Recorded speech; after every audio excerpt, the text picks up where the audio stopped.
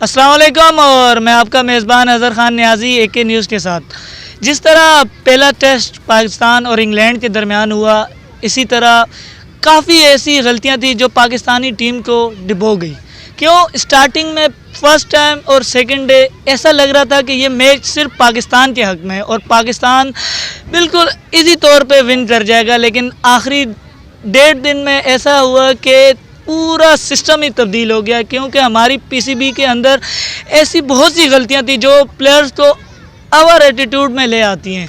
क्योंकि पाकिस्तानी टीम एक वाहिद ऐसी टीम है जो कभी भी जीता हुआ मैच हार जाती है और कभी भी हारा हुआ मैच जीत जाती है।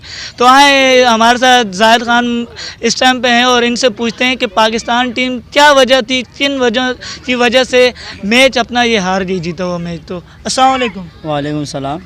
ज़ाहिर भाई, जिस तरह 2 दिन पाकिस्तान टीम बिल्कुल पूरे ग्राउंड में छाई रही और बॉलर्स भी छाए रहे, बैट्समैन भी छाए रहे। बैट्समैन तो नहीं कह सकते क्योंकि शान मसूद के अलावा कोई ऐसा बैट्समैन नहीं था जो बैटिंग में सही परफॉर्मेंस दिखाई, लेकिन वाहिद शान मसूद एक ही इनिंग्स में चल पाए और 150 रन किया। तो इस बारे में आपका क्या कहना है कि किसकी गलती थी?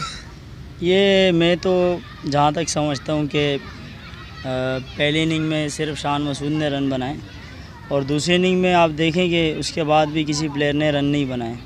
तो अगर वो 150 रन शान मसूद नहीं करते तो पाकिस्तान वैसे ही जो है ना 180-190 रन ही करता।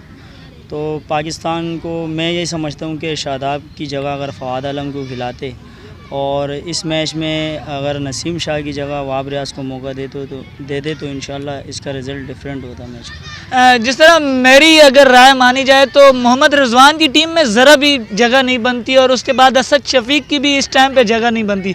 हालांकि पाकिस्तान टीम में अज़हर अली की भी जगह नहीं बनती, उसे तो कैप्टन ही नहीं बनाना चाहिए क्योंकि हमारी टीम में यंगस्टर प्लेयर हैं।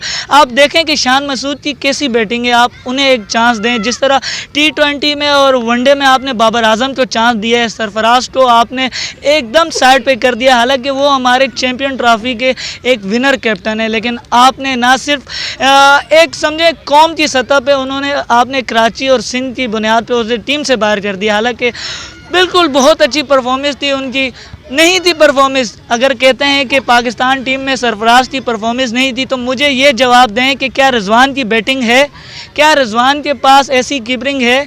हालांकि देखा जाए तो सरफराज रिजवान से ज़्यादा बेहतर हैं। तो क्या आपकी क्या राय है कि क्या सरफराज और रिजवान के दरमियान ऐसा कम्बिनेशन जो हुआ है, जो रिजवान को टीम में इन किया जा रहा है और सरफराज को टीम से बाहर किया जा रहा है, तो ये क्या वजह है?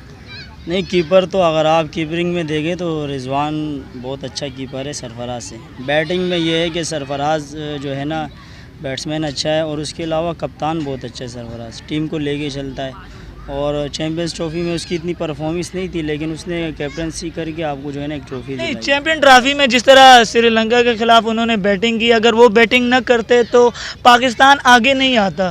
तो लास्ट टाइम पे जो भले उनके 2 चांस भी मिले, लेकिन उनने वो बैटिंग से साबित किया कि वो एक बैट्समैन हैं। चलो श्रीलंका टूर के बाद भी अगर देख लें, जिस तरह श्रीलंका का मैच गया उसके बाद भी उन्होंने काफ़ी मैचेस में परफॉर्म किया है, लेकिन वाहिद ये वजह नहीं होती कि T20 में एक सीरीज़ हारने के बावजूद सिर्फ कैप्टन पे ही सारा दबाव डाल दिया जाए, क्योंकि 11 प्लेयर भी थे उसमें, तो उन 11 प्लेयर को भी चेंज करना चाहिए। तो क्या ये सही है?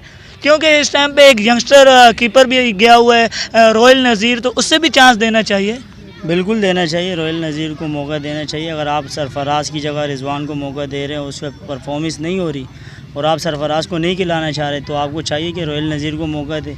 और ये चीज़ें तो पाकिस्तान में शुरू से ही हो रही है, जब से क्रिकेट पाकिस्तान में शुरू है। थोड़ी सी आप अगर परफॉर्मेंस करो, उसके बाद थोड़ा सा आपकी बैड परफॉर्मेंस हो तो आपकी सारी अच्छाई बुला दी जाती है। जिस तरह शाहिद अफरीदी को देख लो, हमारे जितने भी सीनियर प्लेयर रिटायर हुए हैं वो बड़ी जो है ना ज़लालत से रिटायर हुए हैं। शाहिद अफरीदी का हाल पाकिस्तान की बोर्ड ने क्या किया, हालांकि शाहिद अफरीदी अगर 97 विकेट है शाहिद अफरीदी की T20 में, अगर उनको एक सीरीज़ भी खिला दे तो वो पहले ऐसे बॉलर बन जाते जिन्होंने 20 में सबसे पहले 100 आउट कर देते, तो वो भी पाकिस्तान के पास एक रिकॉर्ड आ जाता। तो ये तो पाकिस्तान में जब से क्रिकेट हो रही है तो ये तो आपको पता है, ये चीज़ें होती रहती है। बाकी मैं यही कहना चाहता हूँ कि रोयल नज़ीर को भी मौका मिलना चाहिए। जैसे आपने शाहिद अफरीदी का जिक्र किया, तो इस तरह हमारे पास काफ़ी ऐसे बॉलर हैं, जिस तरह सईद अजमल देख लें, उसके बाद ऑलराउंडर में अब्दुल रज़ाक देख लें, तो इन्हें भी मौका नहीं दिया जा रहा, क्योंकि पाकिस्तान एक वाहिद ऐसा बोर्ड है। और उसके बाद एशिया में, मेरी नज़र में तो एशिया में जितने भी बोर्ड हैं वो अपने प्लेयर के साथ हर वक्त ज़्यादती करते हैं। कोई ऐसे जो प्लेयर्स परफॉर्म करने के लिए आगे आता है तो उससे हमारे पीसीबी की तरफ से एकदम टीम से लात मार दी जाती है और कहा जाता है कि ये नकारा है। मुझे ये बताएं कि इस टाइम पे जितनी मेहनत फ़हीम अशरफ पे की जा रही है, उससे ज़्यादा, अगर उससे कम आप मेहनत अनवर अली पे कर दें, तो क्या वो अच्छे बैट्समैन और बॉलर नहीं हैं? आप उन्हें ज़्यादा मौका दें। तो क्या मेरी ये बात क्या सही है कि क्या अनवर अली को भी मौका देना चाहिए? क्योंकि हमारी बोर्ड अनवर अली को तो बिल्कुल ही साइड पे कर दिया है। उन्हें पीएसएल में भी बिल्कुल ऐसे जैसे लोकल प्लेयर उठाते हैं वैसे अनवर अली को उठाया है। तो इस बारे में क्या राय है? मेरे ख्याल से तो पाकिस्तान को ऐसी टीम बनानी चाहिए, इस तरह ऑस्ट्रेलिया की टीम देख लो और आप इंग्लैंड की टीम देख लो, उनकी टी ट्वेंटी की टीम बिल्कुल डिफरेंट है, टेस्ट की डिफरेंट है और जो है ना वनडे की डिफरेंट है। और आप देख लो उनके 20 के कप्तान भी अलहदा होंगे, टेस्ट की भी अलहदा होंगे, वनडे की भी अलहदा होंगे। तो आप, मेरी तो ये राय है कि पाकिस्तान बोर्ड को ये चाहिए कि 20 की एक अपनी टीम बनाए, उसका एक अलहदा कप्तान हो, टेस्ट का अलहदा हो, वनडे का अलहदा हो। और जितने भी पाकिस्तान में अच्छे प्लेयर हैं, जिस तरह इंडिया मौका दे रही है, अब आप देख लें विराट कोहली कितने अच्छे बैट्समैन हैं और वन डाउन खेलते हैं, इस वक्त दुनिया के नंबर 1 बैट्समैन हैं। उन्होंने अपनी जगह अपनी जगह छोड़ी राहुल के लिए, तो वो एक मौका दे रहे हैं प्लेयरों को। तो पाकिस्तान को भी चाहिए कि भाई ऐसा कोई एक सिस्टम बनाएं कि 20 की अलहदा टीम हो और आपके पास जो ऑलराउंडर ज़ाया हो रहे हैं इस वक्त, उनका जो है ना उनको ज़्यादा तवज्जो दें। जिस तरह आज पाकिस्तान और इंग्लैंड का मैच है, तो काफ़ी ऐसी तब्दीलियाँ होंगी। तो मेरी नज़र में अगर टीम होनी चाहिए तो शान मसूद, उसके बाद आबिद अली को एक चांस फिर देना चाहिए, क्योंकि काफ़ी ऐसे प्लेयर्स हैं जिनको एक चांस देने के बाद टीम से बाहर कर दिया जाता है।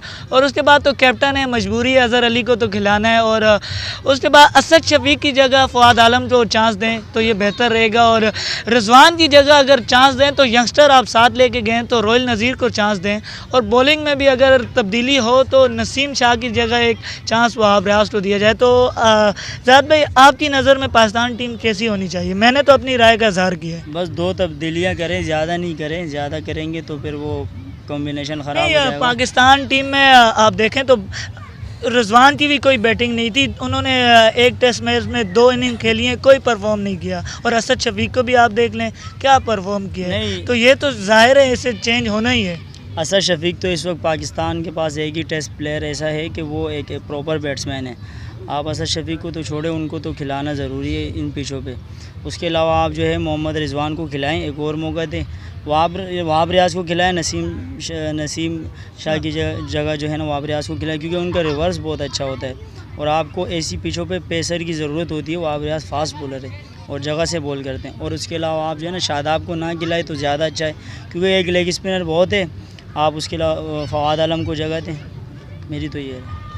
तो जिस तरह जाहिद भाई ने भी अपनी टीम का बताया है कि पाकिस्तान टीम में ये तब्दीलियाँ होनी चाहिए, और मैंने भी अपनी राय का इज़हार किया है। इस टाइम पे जो पाकिस्तान में एक सबसे बड़ी बात है वो है यंगस्टर प्लेयर को मौका देना, और पुराने प्लेयर जितने भी रिटायर होने की कोशिश कर रहे हैं, जिन्हें पाकिस्तान चांस नहीं दे पा रहा, जिस तरह शाहिद अफरीदी, अब्दुल रज़ाक, सईद अजमल और काफ़ी ऐसे प्लेयर्स हैं जिनका मैं नाम लूँ तो उनकी लिस्ट ख़त्म नहीं होगी। तो मेरी नज़र में इन्हें बाइज़्ज़त तरीके से एक मैच खिलाया जाए, अलविदा मैच खिलाया जाए और उसके बाद रिटायर कर दिया जाए, क्योंकि पाकिस्तान में जिस तरह मिसबाहुल हक, यूनुस खान और इंज़मामुल हक को इज़्ज़त से रिटायर किया गया, इसी तरह इन प्लेयर का भी हक है। इन्होंने भी पाकिस्तान के लिए काफ़ी मेहनत की है, पाकिस्तान के लिए काफ़ी रिकॉर्ड बनाए, तो इन्हें भी चांस देना चाहिए।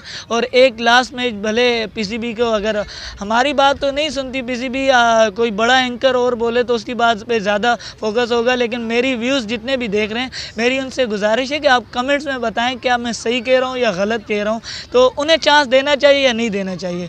तो मेरे AK स्पोर्ट्स न्यूज़ को सब्सक्राइब करना ना भूलें, और इसी तरह जितने भी तजज़ियाकार हम हर मैच की अपडेट पे स्टार्ट में और एंड में आपको बताएंगे कि आज मैच की क्या पोजीशन थी और क्या हाल हुआ है। तो दुआ में याद रखें, AK स्पोर्ट न्यूज़ को सब्सक्राइब करना ना भूलें, और इसी तरह हमें हमारी वीडियोस को ज़्यादा से ज़्यादा शेयर करें। पाकिस्तान जिंदाबाद, अल्लाह हाफिज़, खुदा हाफिज़।